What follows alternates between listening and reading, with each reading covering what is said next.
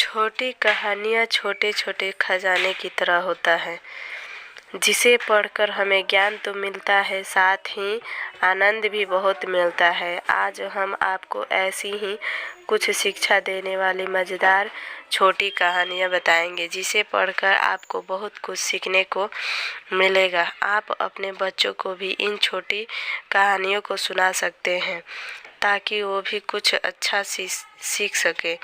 तो चलिए एक एक करके छोटी कहानी इन हिंदी पढ़ना आरंभ करते हैं। छोटी सीख वाली कहानी, स्कूल मास्टर। छोटी कहानी शिक्षा देने वाले। राजा नाम का एक लड़का बहुत दिन से सरकारी नौकरी की तैयारी कर रहा था। अंत में उसे स्कूल टीचर की नौकरी लग गई। जिस स्कूल में उसे पढ़ाने जाना था, वो शहर से काफ़ी दूर एक गांव में था। इसलिए उसे गांव के आसपास ही किराए पर एक घर लेना पड़ा, लेकिन वो घर भी स्कूल से काफ़ी दूर था। राजा रोज पैदल स्कूल आने जाने लगा। कुछ महीने बाद जब उसके पास अच्छे खासे पैसे जमा हो गए, तो उसने उस पैसे से एक बाइक खरीद ली, ताकि उसे पैदल स्कूल न जाना पड़े। राजा जब भी स्कूल जाता और रास्ते में कोई उसे पैदल दिख जाता, तो वो उसे अपने बाइक पर लिफ्ट दे देता।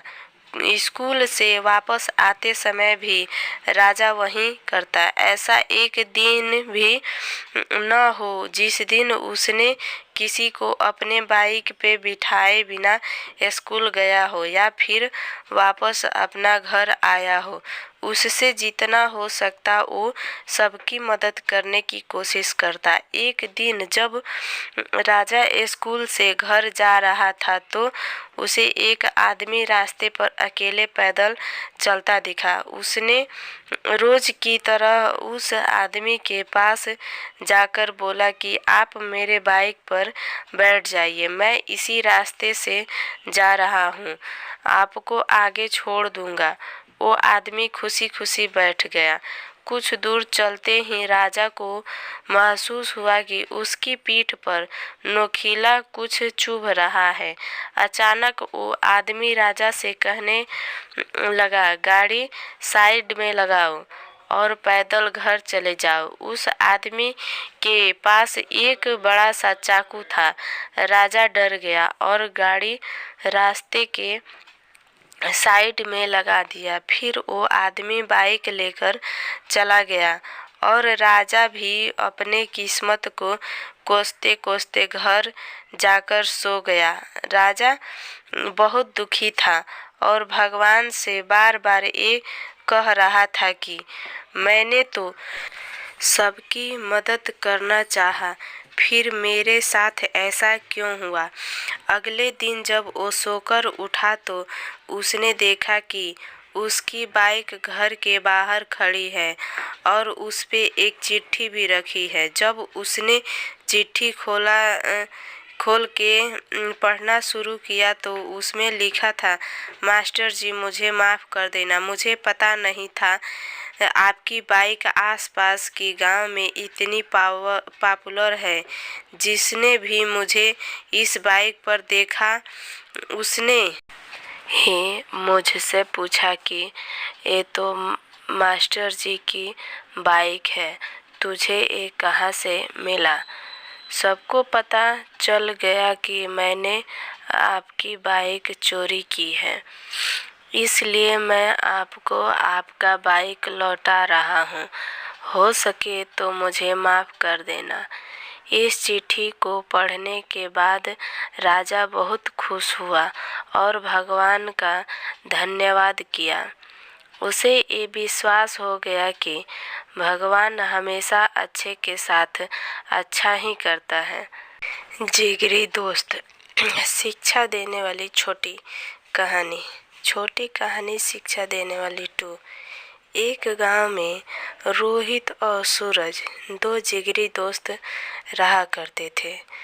गांव में उनके लिए कोई अच्छा काम नहीं था, इसलिए वो दोनों शहर जाकर काम करने का सोचा और अगले दिन काम की तलाश में निकल गए शहर की ओर। शहर गांव से बहुत दूर था। कई घंटों चलने के बाद दोनों दोस्त एक पेड़ के नीचे आराम करने के लिए बैठ गए। रोहित सूरज से कहने लगा, शहर अभी 4 से 5 किलोमीटर दूर है। लेकिन सूरज ने कहा, नहीं, शहर मात्र 2 से 3 किलोमीटर दूर है। इसी बात पे दोनों में बहस होने लगी। अचानक सूरज ने रोहित को जोर से एक चांटा मार दिया।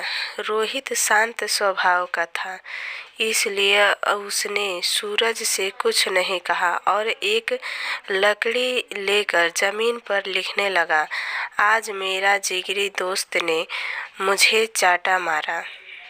फिर दोनों शहर की ओर चल दिए। अब कोई किसी से बात नहीं कर रहा था। रास्ते में एक छोटी सी नदी आई जिसे उनको पार करके जाना था। सबसे पहले रोहित नदी में उतरा और उसका पैर दलदल में फंस गया।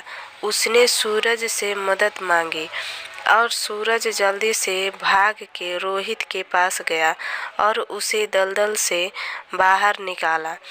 फिर दोनों एक साथ नदी पार किए। कुछ दूर जाने के बाद रोहित को एक दीवार नजर आया। उसने एक पत्थर ढूंढ के दीवार पर लिखने लगा, आज मेरे जिगरी दोस्त ने मेरी जान बचाई। ये देखकर सूरज रोहित से कहने लगा, जब मैंने तुम्हें थप्पड़ मारा तो तुमने वहीं पर जमीन में उस बात को लिख दिया और अपनी जान बचाने की बात तो तुम नदी के किनारे भी लिख सकते थे, तो इतनी दूर इस दीवार पर क्यों लिखा? तब रोहित ने जवाब दिया कि किसी की बुरी बातें या बुरा करा कुछ भी अपने मन में जमा करके नहीं रखना चाहिए। इससे उस इंसान के प्रति हमारे मन में नफरत पैदा होती है। इसलिए जब तुमने मुझे थप्पड़ मारा तो मैंने उसे ज़मीन पर लिख दिया, क्योंकि कुछ देर बाद हवा चलेगी और लिखावट मिट जाएगी। लेकिन किसी की मदद को कभी भूलना नहीं चाहिए, उसे हमें याद रखना चाहिए। इसलिए मैंने तुम्हारी की हुई मदद को नदी के किनारे नहीं लिखा और यहाँ इस दीवार पर लिख दिया, ताकि ये बहुत दिन तक यहाँ लिखा रहे। रोहित की जवाब सुनकर सूरज खुश हो गया और रोहित को गले से लगा लिया। फिर दोनों हंसते हंसते एक साथ शहर की ओर जाने लगे।